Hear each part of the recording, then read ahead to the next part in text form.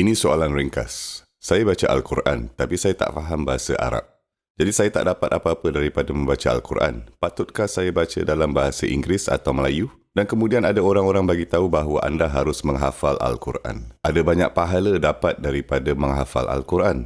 Dan terdapat begitu banyak hufaz di luar sana yang menghafal Al-Quran tapi tak memahami maksudnya. Patutkah kalau kita suruh orang untuk baca Al-Quran daripada menghafal Al-Quran? Dan anda tahu apa? Semasa saya mendengar soalan ini, saya menyedari sesuatu. Untuk setiap tindakan ada reaksi bertentangan yang sama.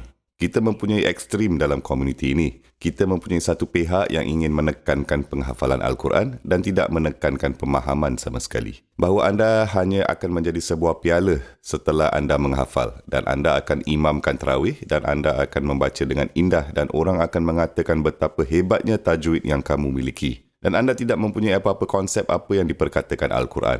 Itu satu ekstrim. Dan ekstrim itu pula melahirkan satu lagi ekstrim yang lain yang mengatakan anda tahu apa? Mereka ni baca je tapi tak ada tujuan dan tak memahaminya. Mereka hanya mengeluarkan bunyi yang indah ini tapi apa sebenarnya mesejnya, dorang tak tahu. Kita harus melupakan hafalan. Dan anda tahu apa ini semua? Malangnya ini adalah dua jenis ekstrim. Selalunya kebenaran untuk perkara seperti ini terletaknya di tengah-tengah. Kerana banyak soalan seperti ini yang ditanyakan oleh orang dan saya semakin sedar dan semakin banyak bahawa mereka sebenarnya adalah satu reaksi ekstrim yang bercanggah terhadap satu ekstrim yang lain. Maksudnya memberikan alasan untuk satu pihak membenarkan mereka menghujar satu ekstrim di satu hujung yang bercanggah dari satu ekstrim di hujung pihak lain. Dan mereka tidak mempertimbangkan penyelesaian dan jawapan yang sebenarnya terletak di tengah-tengah.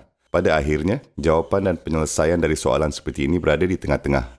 Menghafal Al-Quran adalah satu tindakan yang paling mulia dan ia dapat memperkayakan seseorang dan menguatkan seseorang dari segi rohani yang boleh kita lakukan. Menghafal Al-Quran sebenarnya adalah satu warisan Nabi sendiri SAW yang dapat kita penuhi. Salah satu ayat yang paling indah di surah Al-Ankabut menjelaskan bahawa bal huwa ayatum bayyinatun fi suduril lazina utul ilm. Ayat-ayat Al-Quran hidup di dada orang-orang yang beriman. Ayat-ayat bukan berada di atas kertas. Ayat-ayat tak hidup dalam mushaf. Tempat ayat disimpan dan hidup dalam dunia ini adalah di dalam dada-dada orang yang beriman. Ia adalah perkara yang luar biasa untuk diperkatakan. Jadi saya mahu lebih banyak lagi ayat-ayat ini hidup di dalam dada saya. Saya mahu menghafal seberapa banyak yang saya boleh. Itu sesuatu yang harus anda perjuangkan dan mahukan untuk diri sendiri. Kenapa anda tidak mahu menghafal Al-Quran jika mahu ibu bapa anda dibangkitkan kelak dengan mahkota di atas kepala mereka pada hari kiamat jika anda menghafal Al-Quran?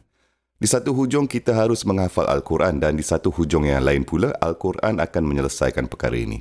Afala yatadabbaruna Al-Quran am ala qulubin aqfaluha? Tidakkah mereka merenungkan secara mendalam tentang Al-Quran atau adakah hati mereka sudah membuat keputusan dan terkunci? Jadi, renungan Al-Quran dan menghafal Al-Quran sebenarnya saling berganding bahu. Dan izinkan saya menambahkan satu perkara lagi. Ini adalah satu keseimbangan di dalam agama kita. Di sinilah keadaan yang sangat epik. Kedua-dua perkara ini bukan saling eksklusif. Semasa saya menghafal Al-Quran, saya mengulang ayat yang sama berulang kali. Betul tak? Dan semakin saya mengulanginya, semakin saya fikir tentangnya dan semakin saya renung tentangnya. Lebih banyak kesedaran yang datang ke pemikiran saya. Refleksi sebenarnya dimudahkan oleh perbuatan menghafal. Macam itulah, kemudian anda membaca ayat dengan tajwid. Apa yang dilakukan oleh tajwid ialah anda memberikan setiap huruf haknya masing-masing dan yang sepatutnya. Anda berhenti di tempat-tempat tertentu dan anda memberikan masa dengan setiap perkataan. Yang bermaksud bahawa ia akan melambatkan pembacaan anda, bukan? Tajwid melambatkan pembacaan anda dan apabila ia melambatkan pembacaan anda, fikiran anda tidak hanya mengucapkan setiap perkataan seperti yang anda harusnya. Ia memberi peluang kepada minda anda memikirkan setiap perkataan dan bukannya untuk terburu-buru dan tidak memberikan setiap perkataan dan membenarkan setiap perkataan memberi kesan kepada anda. Malah ilmu tajwid sebenarnya memenuhi tujuan berfikir dan merenung Al-Quran. Itulah sebenarnya tajwid dapat lakukan. Perkara ini sangat saling berkaitan. Apa yang telah kita lakukan adalah, kita telah mengoyakkan ia jadi dua ekstrim yang berbeza. Saya hanya mahu membaca terjemahan saja. Atau saya hanya mahu belajar tajwid je dan tidak merenung, subhanallah. Ini adalah perkara-perkara yang Allah Subhanahu Wa Taala perintah untuk menjaga atau suruh untuk kita satukan ia bersama. Dan kita pula selalu membezakannya antara dua. Jadi jawapannya yang sebenarnya terletak dalam keadaan seimbang di tengah-tengah. Apabila anda mempunyai satu ekstrim, ia pasti akan membawa kepada ekstrim yang lain. Semoga Allah menjauhkan kita dari menjadi keterlaluan dan membenarkan kita menjadi ummah yang berada di tengah-tengah. Ummatan wasatan.